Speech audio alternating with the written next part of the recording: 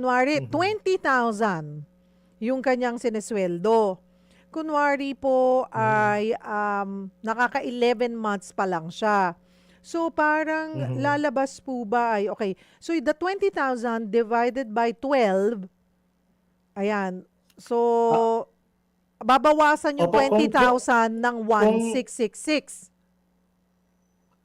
kung 20,000 po ang kaniyang basic salary per month, so 20,000 times 11 divided by 12, 12. yan po yung kaniyang equivalent na Ayun 13th pala, month mas pay. So madali. 20,000 times 10, 220, 240,000. Kung 11 months divided by 12, Wait po. ah, 20,000 times times 11, 11 lang. Okay. Kasi 11 kasi 11 nakaka-11 months months sila lang siya, trabaho. kunwari. Sa Okay. Oo, Equals naka-11 200, lang. equals 220,000. And then, Tapos divided by 12. divided by 12. So, So, mga 18,000. 18,000, Opo. 333 pesos, 0.33 centavos ang kanyang matatanggap, Cheryl, na equivalent na 13-month pay on the assumption na yung 20,000 bawat buwan ay basic salary na tatanggap ng ating manggagawa. Ayun po mga kapatid, yun po ay sample computation lamang po natin.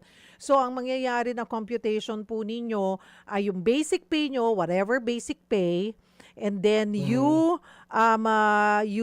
multiply that. Add. Ay, ano po? Multiply, di po I ba? ah, Imo-multiply nyo hindi kung ilang months hindi natin kayo.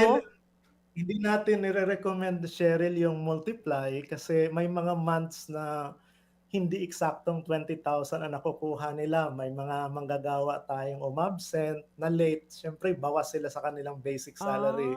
So yung Ah, actual nilang natatanggap, ia-add natin. At ang yung total, yun yung i-divide natin by 12. Pero kung wala silang absent, wala silang deduction sa basic salary, madaling i-multiply, pero para iwas lang ng confusion, mas safe yung recommendation po natin na i-add lahat ng natanggap po nilang basic salary mhm. divided by 12. Sabi niyo nga po ay dapat matanggap ang 13th month pay before December 24. Yun Tama po, yun, oo. apo. Yun pong iba kasi 'di Tama yun, ba? Cheryl. Ay, Ang ating deadline kasi under Presidential Decree 851 bago mag-December 24. ah, Pero taon-taon tayong nananawagan, tinulungan mo kami nung nakaraang taon, marami namang nag-improve ng mga best practice. Ang mm, common sa ating mga employer ay kalahati sa June, kalahati yes. sa December. Oo. But na-realize ng ating mga nagninegosyo na parang mahirap din, mabigat rin kung twice. Yung iba, 3 times, 4 times binibigay, and then yung Mhm. last tranche nila, last payment na lang, December 24, para hindi mabigla yung kanilang financial accountability naman at financial nilang transaction, hindi gaanong malaki by December 24. Okay. Eh kung sakali po, Direktor, na hindi nabigyan ng 13th month pay, kanino po pwedeng dumulog o magreklamo ang isang empleyado? Opo, kami naman po ay bukas palagi na tumanggap at tulungan yung ating mga manggagawa na hindi nakatanggap ng 13th month pay. Ngayong taon man o nakaraang taon, bukas ang aming opisina, Cheryl, ng regional, provincial, and dito sa Metro Manila, bawat city meron tayong opisina. Pwede silang pumunta para magreklamo at sila naman ipapatawag kasama yung kanilang employer para mag-explore ng option paano sila mababayaran talaga. Mhm.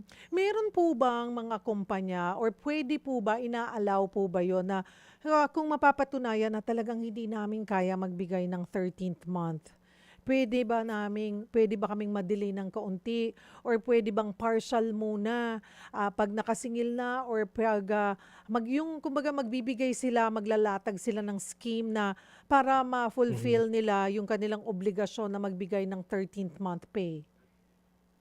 Sa batas kasi natin, Cheryl, wala tayong exemption, wala tayong Hmm, late payment ng, mhm.